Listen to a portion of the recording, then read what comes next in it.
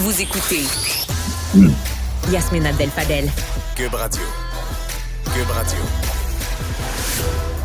La municipalité de Saint-Esprit, dans le Bas-Saint-Laurent, risque de perdre son école si elle ne réussit pas à combler la dernière place disponible dans l'établissement.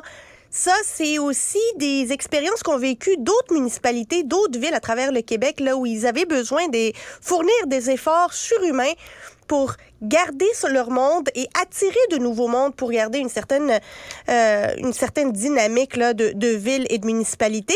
C'était le cas de Thetford Mines qui a subi le même dilemme en 2013 quand les écoles secondaires n'étaient remplies qu'à 30% de leur capacité. Ils ont développé différents programmes. On va en parler avec Marc-Alexandre Brousseau, maire de Thetford Mines. Bonjour, M. Brousseau. Bonjour. Aujourd'hui, ça fait plaisir. On veut parler de Thetford Mines parce qu'à ce qui paraît, c'est un exemple à suivre en matière de stratégie d'attraction et de rétention de sa population. C'était quoi le problème? Puis, à quel moment avez-vous décidé d'agir? On est content d'avoir l'occasion d'en parler parce qu'on dirait que quand c'est des bonnes nouvelles qui vont bien, c'est plus difficile de percer pour en parler parce que oui, on a quand même connu une situation qui est particulière parce que chez nous, c'était une mono-industrie. Chez nous, c'était les mines d'amiante qui ont fait en sorte que la ville est née, que la ville a une croissance au fil des années. Écoute, au début du 20e siècle, on était une des villes les plus populeuses du Québec. Là. C'est pour vous dire qu'il y a eu des années que ça allait très bien.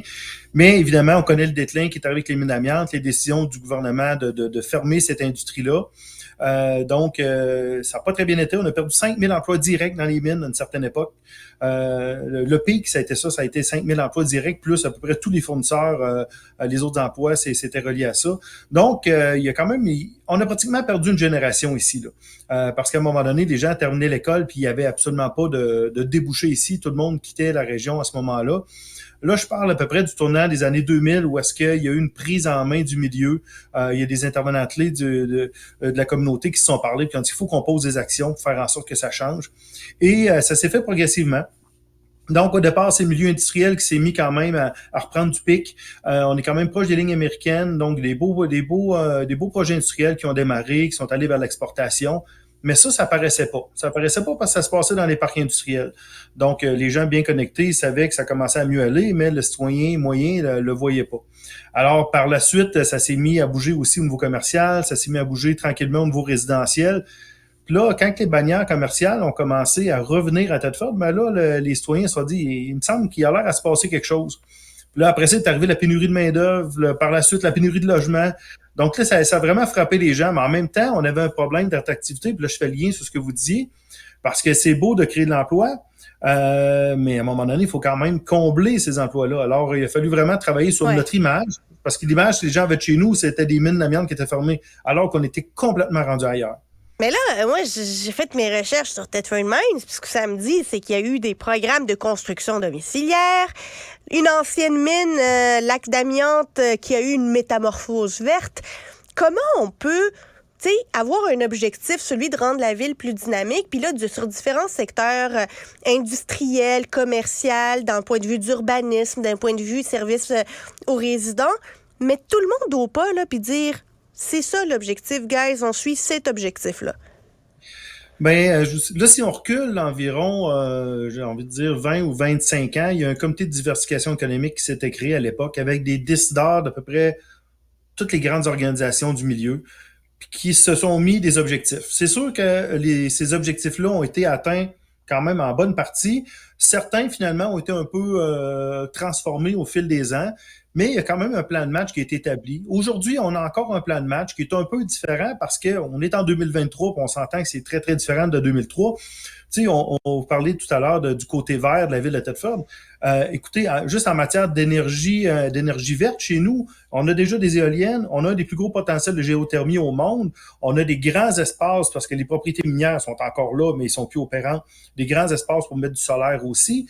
Le principe d'économie circulaire est là, parce que les résidus, les rejets de l'industrie minière, on est capable de les transformer encore aujourd'hui. Donc, le principe d'économie circulaire est là. La captation de carbone par nos résidus miniers, c'est quelque chose qui est possible aussi. Mais on va dire que je suis mairesse de la municipalité d'Esprit-Saint, là, puis là, je me dis, faut que je commence quelque part. Là, ça marche pas, je suis mal prise, mon école doit ouvrir. Je commence par quoi? Je fais quoi? C'est quoi la première étape? Ben, je pense que la première étape, c'est de se définir des objectifs avec des responsables de communauté. C'est sûr que les défis vont être différents dans une plus petite municipalité. Nous, on est quand même une ville de 26 000 habitants. L'idée, c'est d'essayer de transformer les défis en opportunités. Nous, on avait une industrie minière qui a laissé des cicatrices importantes sur notre territoire, qui ont opéré pendant 125 ans, mais qui ont quand même laissé 400 millions de tonnes de résidus miniers qui ont une valeur économique, ça laisse aussi des grands espaces, des grands bâtiments. Mais là, maintenant, il faut transformer ça. Comme là, présentement, on a une ancienne mine, un de nos projets, c'est de transformer une ancienne mine qui est en plein centre-ville, qui est à quelques centaines de mètres seulement de mon hôtel de ville, ici, présentement. Ben, on veut transformer ça éventuellement en parc industriel écologique.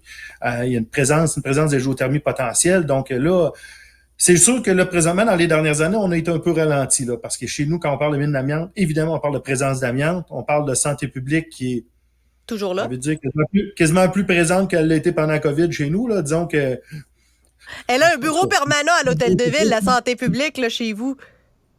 Pardon? Elle a un bureau permanent à l'Hôtel de Ville, la santé publique, chez vous.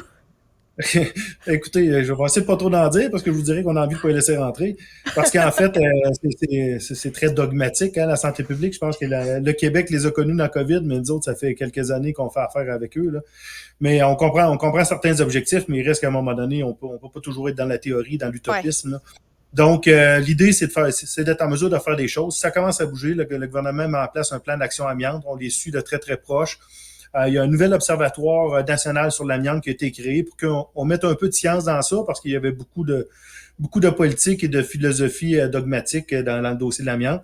Maintenant, on peut juste pas renier que c'est là, mais il y a 400 millions de tonnes de résidus miniers qui ont cinq des éléments critiques essentiels qui ont été mis, les matériaux critiques essentiels qui ont été listés par les deux paliers de gouvernement qui sont présents dans nos résidus miniers. Ça a des valeurs de milliards de dollars. C'est déjà extrait du sol. Il faut transformer ça absolument.